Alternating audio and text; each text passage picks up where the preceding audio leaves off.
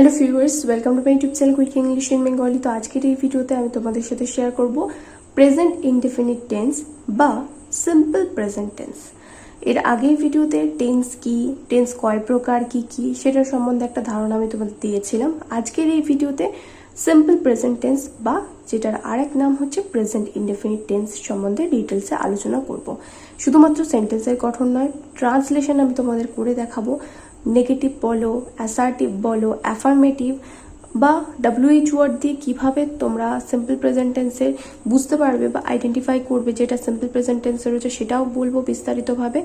সাথে ট্রান্সলেশনও কিন্তু আমি তোমাদের শেখাবো।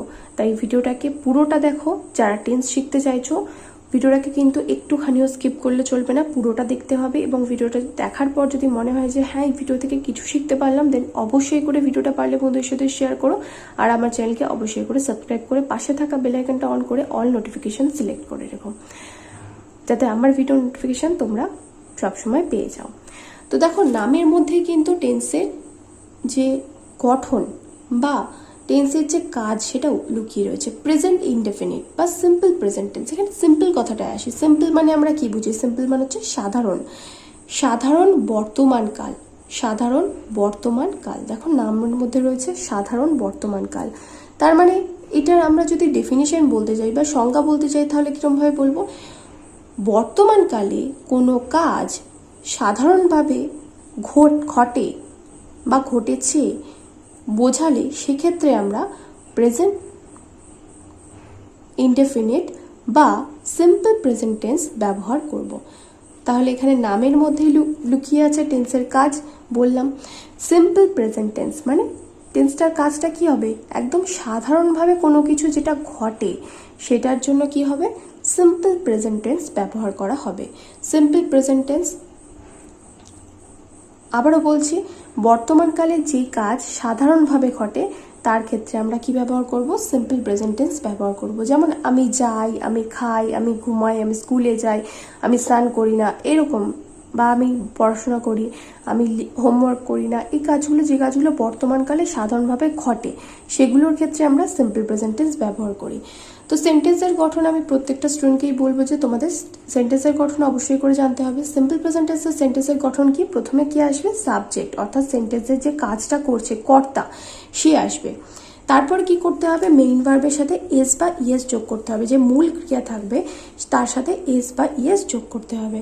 আর কি লিখতে হবে? সেন্টেন্সের যে বাকি পার্ট পড়ে আছে বা যেটাকে আমরা বলি অনেক সময় অবজেক্ট, অবজেক্ট ছাড়াও সেন্টেন্সে কিন্তু আরও অনেক এক্সট্রা ওয়ার্ডস পড়ে থাকে, তো সেগুলো সেন্টেন্সের বাকি অংশগুলো যেগুলো পড়ে থাকবে সেগুলোকে লিখতে হবে। তাহলে সেন্টেন্সের গঠন আশা করি তোমরা বুঝতে পারলে। প্রথমে আসবে সাবজেক্ট, তারপরে মেইন ভার্বের সাথে এস বা ইএস প্লাস অবজেক্ট, অর্থাৎ যেটাকে আমরা বলতে পারি যে সাবজেক্ট মানে এস প্লাস ভি মানে ভার্ব প্লাস ও। এটা হচ্ছে সিম্পল প্রেজেন্ট টেন্সের গঠন, এস প্লাস ভি প্লাস ও। এরপর তোমাদের একটা কথা বলি যে সিম্পল প্রেজেন্ট টেন্সের গঠনের সময় অনেকেই যে ভুলটা করো যে সাবজেক্ট কিন্তু থার্ড পারসন সিঙ্গুলার নাম্বার যদি হয় তাহলেই কিন্তু ভার্বের সাথে এস বা ইএস যোগ হবে। অর্থাৎ থার্ড পারসন সিঙ্গুলার নাম্বার কোনটা? সাবজেক্ট যদি থার্ড পারসন সিঙ্গুলার নাম্বার হয়, থার্ড পারসন সিঙ্গুলার নাম্বার কিন্তু হতে হবে সাবজেক্টকে, তবেই কিন্তু মেইন ভার্বের সাথে এস বা ইএস যোগ হবে। আদারওয়াইজ মেইন ভার্বের সাথে কিন্তু এস বা ইএস যোগ হবে না। থার্ড পারসন সিঙ্গুলার নাম্বার কোনটা? যেমন ধরো কোনো নাম বোঝাচ্ছে, পার্টিকুলারলি কোনো কিছুকে বোঝাচ্ছে, যেমন the boy, the pen, the glass বা দ্য সান, দ্য মুন, এগুলো। আবার কোনো প্রোনাউন, থার্ড পারসন হচ্ছে প্রোনাউন, যেমন হি, ইট, শি। বা কোনো নাম, যেমন ধরো বললাম কোনো একটা পার্টিকুলার নাম, যেমন সাপোজ বললাম পূজা, তাহলে এটাও একটা নাম, তাহলে এটাও কিন্তু third person singular number. Third person plural নাম্বারের ক্ষেত্রে কিন্তু এস বা ইএস বসে না, বা অন্য কোনো নাম্বারের ক্ষেত্রেও কিন্তু এস বা ইএস বসে না। তাহলে সেক্ষেত্রে আমাদের কি মাথায় রাখতে হবে যে সাবজেক্ট যদি থার্ড পারসন সিঙ্গুলার নাম্বার হয় তবেই কিন্তু আমি মেইন ভার্বের সাথে এস বা ইএস বসাবো, না হলে মেইন ভার্বটা যেরকম আছে সেরকমই কিন্তু বসিয়ে দেবো এবং তারপরে অবজেক্টটা আমি বসাবো। তাহলে যদি আমি এখানে বলি যে আমি ভাত খাই, তাহলে আমি ভাত খাই যদি এখানে লিখি তার মানে কি? আই ইট রাইস, আমি ভাত খাই। তাহলে কি হবে? I eat rice. দেখো এখানে একটা পার্থক্য আমি এখানে বোঝাবো। আই ইট রাইস, তুমি ভাত খাও, তুমি ভাত খাও। এটা যদি বলি তাহলে কি হবে, ইউ ইট রাইস। ইউটা হচ্ছে এখানে সাবজেক্ট, তারপরে বসলো ভার্ব, তারপরে বসলো অবজেক্ট। তাহলে আমি ভাত খাই, আমিটা কি, আমিটা হচ্ছে ফার্স্ট পার্সন সিঙ্গুলার নাম্বার, তাহলে এখানে আই ইট রাইস মানে সাবজেক্ট বসলো, তারপরে ভার্ব বসলো, তারপরে অবজেক্ট বসলো। এরপর আই ইট রাইস, তাহলে আমি ভাত খাই সাবজেক্ট ভার্ব অবজেক্ট, তুমি ভাত খাও you eat rice subject verb object বসলো, হলো। তারপর এবার দেখো যদি আমি বলি যে সে ভাত খায়, সে ভাত খায়, সে ভাত খায়, তাহলে সেক্ষেত্রে কি হবে, সে ভাত খায়, সে ইংরেজি কি, হি, তাহলে হচ্ছে সাবজেক্ট। এরপর মেইন ভার্বের সাথে s by s, main verb কোনটা, খাওয়া, তাহলে ইট হচ্ছে মেইন ভার্ব, তাহলে ইটের সাথে কি যোগ হবে, এস যোগ হবে, ইটস রাইস। তাহলে থার্ড পার্সন সিঙ্গুলার নাম্বারের ক্ষেত্রে কিন্তু এটা চেঞ্জ হয়, সব ক্ষেত্রে কিন্তু চেঞ্জ হবে না। শুধুমাত্র থার্ড পার্সন সিঙ্গুলার নাম্বার যদি সাবজেক্ট হয় তাহলেই তার সাথে এস বাই এস যোগ হবে, আদারওয়াইজ কিন্তু এস বাই এস যোগ হবে না। এরপর এটা দেখো, তারা রোজ বিদ্যালয়ে যায়, তারা রোজ বিদ্যালয়ে যায়, তাহলে তারা ইংরেজি কি, এখানে সাবজেক্ট কে, কাজটা কি করছে, সাবজেক্ট কি করে খুঁজে বের করব, কে বা কারা কাজটা করছে, এখানে তারা কাজটা করছে, তাহলে তারা এখানে সাবজেক্ট, তাহলে দে রোজ মানে প্রত্যেক দিন বিদ্যালয়ে যায়, তাহলে এখানে কোনটা কাজ করা বোঝাচ্ছে, সেন্টেন্সের গঠন হয়েছে, সাবজেক্টের পর কি লিখতে হবে, মেইন ভার্ব, তাহলে দেটা হচ্ছে থার্ড পার্সন প্লুরাল নাম্বার, তাই ভার্ব কি রয়েছে এখানে, ভার্ব রয়েছে এখানে যাওয়া, যাওয়া মানে ইংরেজি কি, তাহলে গো, গো টু স্কুল। এবার বাকি যে পার্টগুলো পড়ে রয়েছে সেগুলো লিখবো, কারণ দে যেহেতু থার্ড পার্সন সিঙ্গুলার নাম্বার তাই ভার্বের সাথে কিছু যোগ হবে না, তাহলে they go to school everyday, full stop. তারপরটা সে খেলা করে, সে খেলা করে, তাহলে কি হবে, এখানে সাবজেক্ট কে, সে, তাহলে হি প্লেস, সে খেলা করে, হলো। তাহলে এগুলো যেগুলো করালাম সেগুলো প্রত্যেকটা কিন্তু অ্যাফার্মেটিভ সেন্টেন্স বা হ্যাঁবাচক বাক্য। এবার যখন নাবাচক বাক্য দেবে তাহলে সেগুলোর আমরা ট্রান্সলেশন কিভাবে করব, সাবজেক্ট ভার্ব অবজেক্ট এরকমই কি প্যাটার্ন ফলো করতে হবে, নাকি অন্য কিছু আরও অ্যাড হবে সেগুলোও দেখতে হবে আমাদের। তাহলে দেখো আমি এখানে বলছি, আমি একটা নাম উল্লেখ করছি, যেমন ধরো এখানে প্রীতম প্রতিদিন স্কুলে যায়, এটা আমি লিখলাম, প্রীতম প্রতিদিন স্কুলে যায়। এই এক্সাম্পলটাই আমি বারবার করে দিয়ে তোমাদের বুঝিয়ে দেবো, মানে একবার হ্যাঁ বাচকে একবার না বাচকে এরকমভাবে কিভাবে চেঞ্জ হচ্ছে সেটা তোমাদের দেখাবো। দেখো প্রীতম, প্রীতমটা প্রথমে খেয়াল করো, প্রীতম হচ্ছে একটা নাম, থার্ড পার্সন সিঙ্গুলার নাম্বার, তাহলে প্রীতম প্রতিদিন স্কুলে যায়, তাহলে প্রীতম বসলে এখানে ভার্ব কি, গো, তাহলে এখানে গো থেকে কি হয়ে যাবে, গোজ টু স্কুল এভরিডে।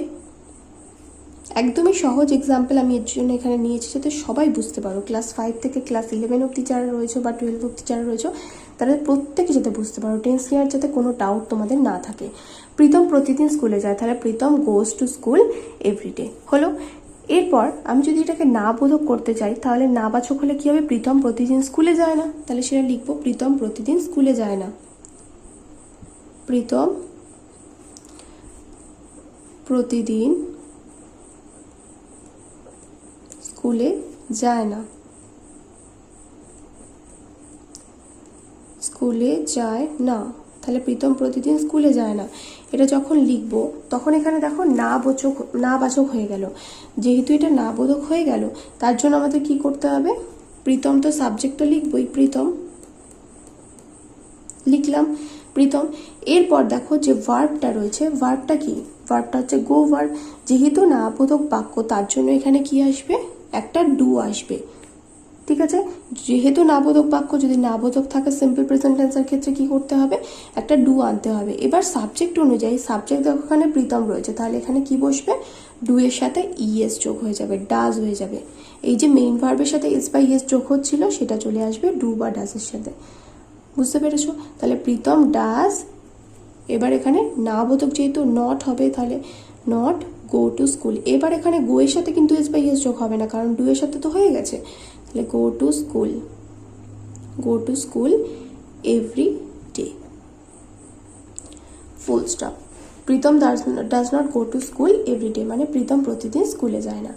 এরপর আমি যদি এটাকে প্রশ্নবাচক করি অর্থাৎ ইন্টারোগেটিভে পরিণত করি তাহলে কিরকম হবে, তো দেখো প্রীতম কি প্রতিদিন স্কুলে যায়, প্রীতম কি প্রতিদিন স্কুলে যায়, এখানে যখন বলছি এটা ইন্টারোগেটিভ সেন্টেন্স অর্থাৎ এটা প্রশ্নবাচক বাক্য হলো।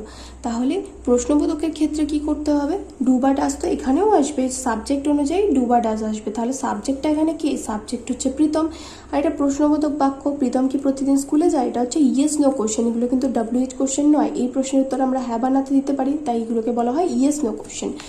তাহলে প্রীতম কি প্রতিদিন স্কুলে যায়, এখানে প্রীতম হচ্ছে সাবজেক্ট, তাহলে সাবজেক্ট অনুযায়ী এখানে ডু বা ডাজ বসাবো। তাহলে প্রীতম যেহেতু থার্ড পার্সন সিঙ্গুলার নাম্বার, তার জন্য এখানে কি বসবে, ডাজ।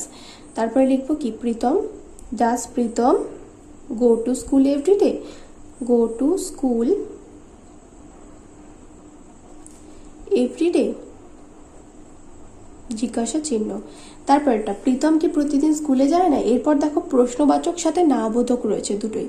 তো এর ক্ষেত্রে আমরা ট্রান্সলেশন কিভাবে করব, তাহলে প্রীতম কি প্রতিদিন স্কুলে যায় না, এখানে প্রশ্নবাচক আছে এবং সাথে না বোধক রয়েছে, তাহলে এখানে ডু বা ডাজ তো প্রশ্নবোধকের জন্য আসবেই। প্রীতম যেহেতু থার্ড পার্সন সিঙ্গুলার নাম্বার, তাহলে এখানে কি বসবে, ডাজ বসলো। তাহলে ডাজ, এবার দেখো সাবজেক্ট কি রয়েছে, সাবজেক্ট রয়েছে প্রীতম, প্রীতম হচ্ছে একটা নাউন, তাহলে এখানে কি হবে, নটটা প্রীতমের আগে চলে যাবে, নটটা কিন্তু সাবজেক্টের পরে বসবে না, নটটা প্রীতমের আগে চলে যাবে। যদি এখানে সাবজেক্ট কোনো প্রোনাউন হয়, মাথায় রাখবে যদি প্রশ্নবাচক এর সাথে নাবোধক বাক্য থাকে এরকমভাবে, তাহলে সাবজেক্ট যদি কোনো প্রোনাউন থাকে তাহলে সেক্ষেত্রে নট কিন্তু সাবজেক্টের পরে বসবে, আর যদি সাবজেক্ট প্রোনাউন না হয়, এরকম নাউন হয়, তাহলে কি করতে হবে, সাবজেক্টের আগে নটটাকে নিয়ে যেতে হবে। তাহলে does not Pritam go to school everyday, Pritam কি প্রতিদিন স্কুলে যায় না, জিজ্ঞাসা চিহ্ন। তাহলে প্রীতম কি প্রতিদিন স্কুলে যায় না, তাহলে does not Pritam go to school everyday. তাহলে আশা করি এটা বুঝতে পারলে। এরপর আরও কিছু এক্সাম্পল দিচ্ছি, তাহলে আরও ব্যাপারটা তোমাদের আরও ক্লিয়ার হবে। তো একইভাবে আমি 7 নম্বরে যেটা ট্রান্সলেশনটা দিয়েছি, দেখো, আমি কি তোমাকে ভালোবাসি না, এটা প্রশ্নবাচক সাথে না বোধক রয়েছে, কিন্তু সাবজেক্ট এখানে একটা প্রোনাউন। তাহলে আমি কি তোমাকে ভালোবাসি না এবং সাবজেক্টটা এখানে কি, আমি রয়েছে, তাহলে আমি কি তোমাকে ভালোবাসি না, তাহলে এখানে কি বসবে, ডু, কারণ সাবজেক্ট এখানে কি, আমি, তাহলে do I not love you, এরকম লিখতে হবে, do I not love you. কারণ আমি বললাম যে নটটা সাবজেক্টের আগে কখন যাবে, নটটা সাবজেক্টের আগে তখনই যাবে যখন সাবজেক্টটা একটা নাউন থাকবে, যদি প্রোনাউন হয় তাহলে কিন্তু সাবজেক্টের পরেই নটটা বসবে। তারপর এটা বলেছে সে কি রাতে ঘুমায় না, তাহলে এখানে সাবজেক্ট কি রয়েছে, সে, তাহলে এখানেও সেটা থার্ড পার্সন সিঙ্গুলার নাম্বার, তাহলে এখানে কি হবে, does he not slip at night, জিজ্ঞাসা চিহ্ন। তুমি কোথায় বাস করো, এবার প্রশ্নবোধক WH, দেখো WH ওয়ার্ড দিয়ে যেগুলো রয়েছে, তাহলে তুমি কোথায় বাস করো, কোথায় ইংরেজি কি, প্রথমে আগে WH ওয়ার্ডটা বসবে, ট্রান্সলেশনের ক্ষেত্রে আগে কি করতে হয়, WH ওয়ার্ডটা বসাতে হয়।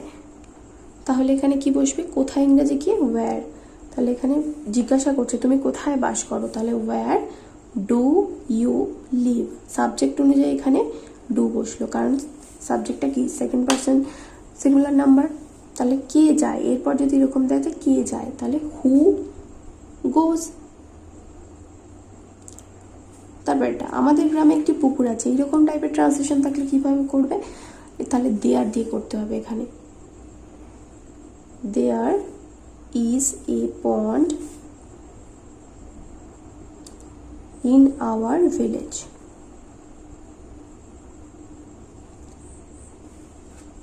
ফুল স্টপ। তাহলে আশা করি তোমরা টেন্স সিম্পল প্রেজেন্ট টেন্সটা ভালো করে বুঝতে পারলে। যদি তোমাদের কোনো ডাউট থেকে থাকে সেটা আমাকে কমেন্ট করে জানিও, যদি ডাউট ক্লিয়ার হয়ে থাকে সেটাও কিন্তু অবশ্যই করে কমেন্ট করে জানাতে ভুলো না। দেখা হবে নেক্সট ভিডিওতে, টিল দেন বাই।